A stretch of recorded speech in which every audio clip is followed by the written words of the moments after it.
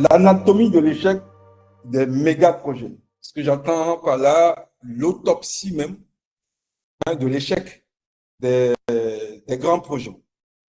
Alors, ce que nous constatons le plus souvent, et pourquoi on parle d'échec, ce que nous constatons le plus souvent, c'est que bon nombre de projets accusent du retard.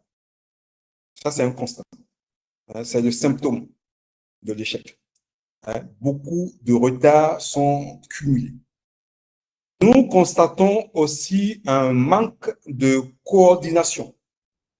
Effectivement, il y a plusieurs intervenants dans les projets, donc il y a parfois des problèmes de coordination qui font que, bon voilà, telle personne ne sait pas qu'il fallait, donc voilà, problème de coordination.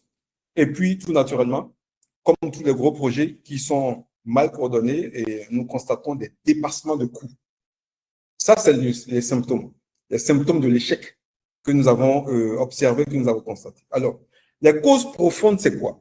Les causes profondes de ces symptômes ou de ces échecs dont je veux parler, c'est que dans un premier temps, nous manquons, on voit un manque de visibilité sur l'avancement.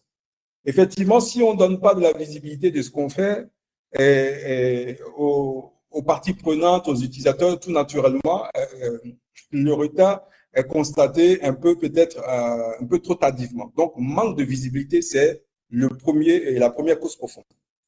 Deuxième cause profonde, c'est une planification qui est un peu déficiente.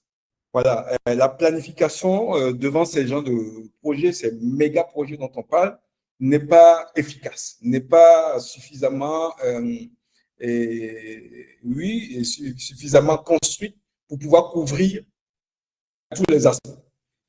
Troisième cause profonde observée, c'est l'absence de véritable pilotage. En effet, le problème réel n'est jamais technique. C'est le plus souvent un problème de pilotage. Et donc, il est important d'associer à des outils de planification et aussi à la compétence ou à la connaissance de tout ce qu'il faut, de la méthodologie nécessaire pour piloter un projet. L'aspect pilotage est très, très, très important. J'y reviendrai souvent parce que vous allez voir que si on ne pilote pas les choses avec les bonnes personnes, avec le bon rythme, oui, l'échec, malheureusement, est au rendez-vous. Donc, ça, c'est l'autopsie de l'échec de façon générale.